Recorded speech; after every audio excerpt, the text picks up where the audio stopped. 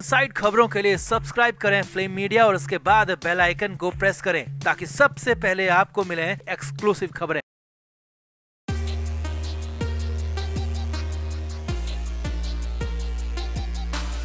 मल्लिका शेरावत भी उन एक्ट्रेस में शुमार हैं जिन्होंने अपने दम पर अपना नाम कायम किया।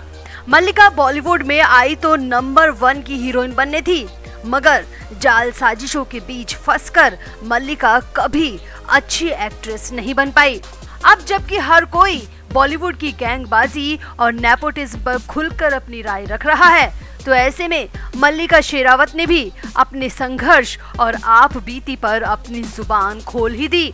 मल्लिका ने बॉलीवुड से जुड़ा हर वो सच बता दिया जो कि खुद उनके साथ हुआ।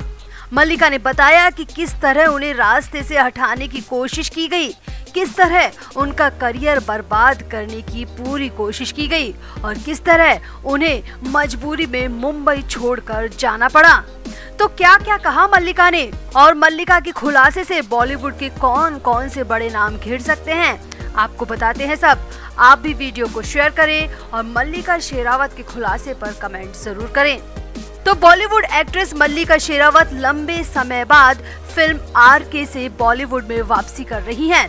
इस फिल्म में मल्लिका के अलावा रजत कपूर, रणवीर शौरी और मनु ऋषि चड्ढा भी मुख्य भूमिका में नजर आएंगे। फिल्म में मल्लिका गुलाबों के किरदार में नजर आएंगी।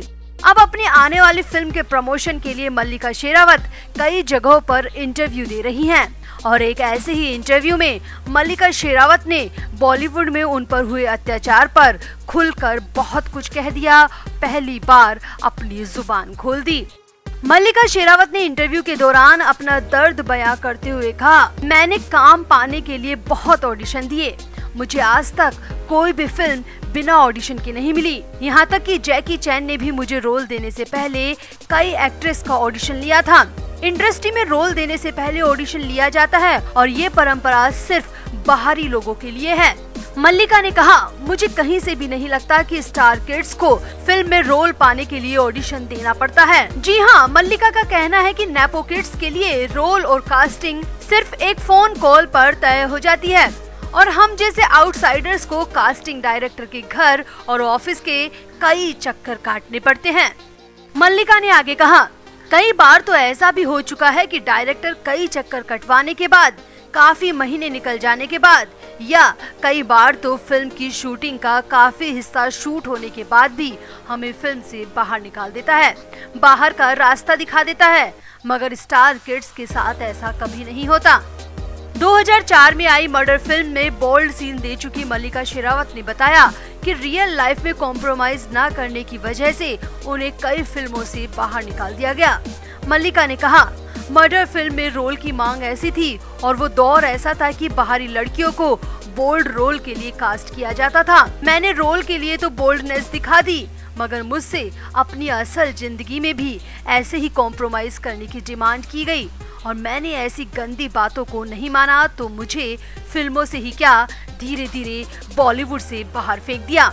मल्लिका की माने तो कई दफा उनकी जिंदगी तक छीनने की कोशिश की गई, मगर वो लकी रही कि हर बार वो बच गई और इसी मजबूरी के चलते उन्होंने मुंबई को ही छोड़ दिया।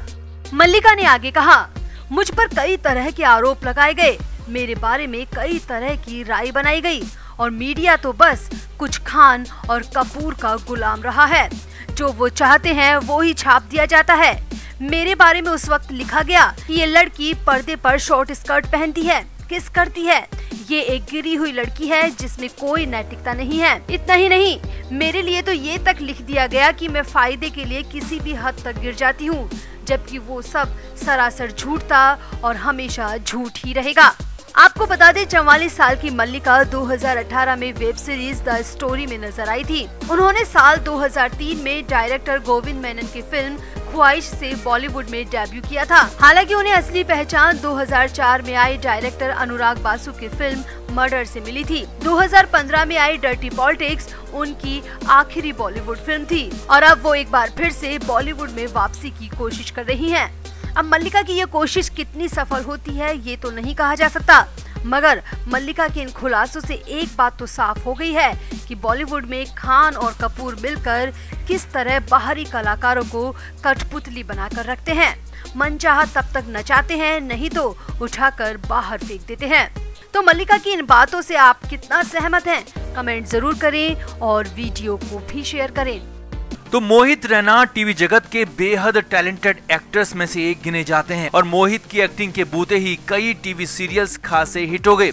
देवों के देव महादेव में तो मोहित रैना और मौनी रॉय की जोड़ी को खासा पसंद किया गया, जिसके बाद दोनों का करियर परवान चढ़ गया। अब मौनी रॉय को तो इसके बाद फिल्में भी मिलने लगी और टीवी पर भी अच्छा खासा काम मिलने लगा, मगर मोहित रैना को उस तरह का काम नहीं मिला और फिल्में तो बिल्कुल भी नहीं मिली। जी हाँ, यही सच है, क्योंकि मोहित रैना बॉलीवुड में काम करना चाहते थे, अच्छा काम करना चाहते थे और उसके लिए लगातार कोशिश भी कर रहे थे, मगर कभी भी मोहित रैना को बॉलीवुड में किसी भी फिल्मकार ने अच्छा काम नहीं दिया, या कहें कि मोहित के साथ बॉलीवुड में हमेशा गलत सलूकी हुआ और इसका असर ये हुआ कि मोहित ने टीवी पर भी काम करना बंद कर दिया। मोहित पूरी तरह से अलग थलग हो गए।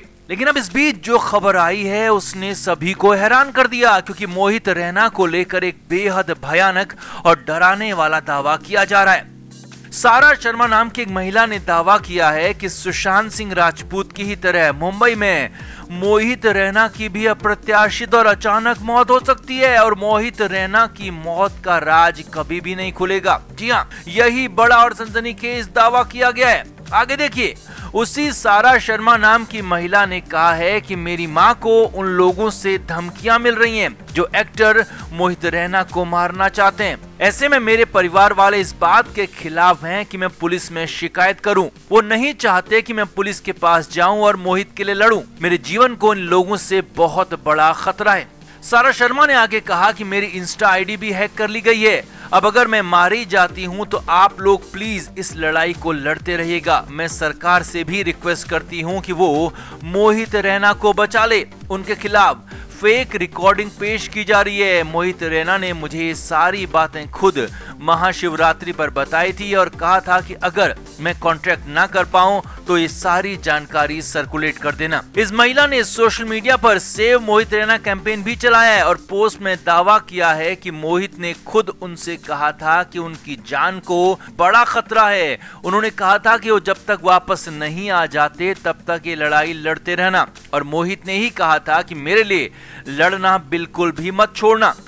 अब सारा शर्मा ने बेहद बड़ा और हैरानी भरा बयान दिया है और मोहित रैना को लेकर जो भी बातें कही हैं वो चौंकाने वाली हैं और साफ साफ कह दिया है कि सुशांत सिंह राजपूत की ही तरह मोहित रैना को भी खत्म कर दिया जाएगा और किसी को पता भी नहीं चल पाएगा। हालांकि एक पोर्टल ने यह भी दावा किया है कि उन्होंने मोहित रैना के करीबियों से बात की है और मोहित रैना के करीबियों का कहना है कि मोहित के संबंध में ऐसे दावों को तरजीह नहीं दी जानी चाहिए। मोहित अभी कोविड से रिकवर हो रहे हैं और जल्द ही सबके सामने आएंगे। अब ये भी सच है कि मोहित रैना को कोविड हुआ है और ये भी सच है कि उन्हें अस्पताल लेकर जाने की जरूरत भी पड़ी है, यानी कि हालत उनकी खराब है और अभी भी अस्पताल में उनका इलाज ही चल रहा है। लेकिन मोहित रैना किस अस्पताल में है, किस शहर में है, कहां पर है, किस डॉक्टर की निगरानी में है, किसी को कुछ भी नहीं पता। हालांकि मोहित रैना ने इस बीच एक सोशल मीडिया पर पोस्ट भी की थी, लेकिन उससे कुछ भी पता नहीं चल पाया। मगर इतना जरूर है कि मोहित की लाइफ पिछले कुछ दिनों से